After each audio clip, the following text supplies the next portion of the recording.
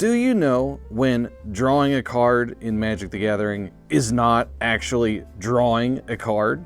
Apparently, after seeing some of the comments on one of my previous videos, there are some Magic players out there who don't really know what exactly drawing a card means. I thought I'd very quickly go over what drawing a card actually is in Magic and some examples of what it's not. If you're an experienced Magic player, see if you know all these examples.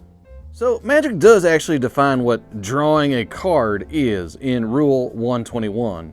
Rule 121.1 specifically defines drawing a card by saying, a player draws a card by putting the top card of their library into their hand. Normally you draw a card as part of a turn-based action during your draw step. Drawing cards can also be part of the cost or effect of a spell or ability. This is important because there are a lot of cards in Magic that have triggered abilities based on drawing cards. Recently in Magic Foundations, we had Scrawling Crawler, which has a triggered ability that makes an opponent lose 1 life when they draw a card. There are some situations in Magic where a card will go from the top of your deck into your hand, but they are not actually considered drawing a card. A classic example of this is the card Anticipate, which says, look at the top 3 cards of your library, put one of them into your hand, and the rest of them on the bottom of your library in any order. This does not count for drawing a card and would not trigger Scrawling Crawler. If you see a card that does something like this that says, put a card into your hand, it won't count as drawing a card. This is all covered in Rule 121.5. Recently, a lot of red cards in Magic have been using a templating where instead of drawing a card, you exile it from your library instead, and you can cast it this turn or until the end of your next turn. This has the nickname Impulse because of the card Act on Impulse, which does this sort of thing. This sort of action does not count as drawing a card.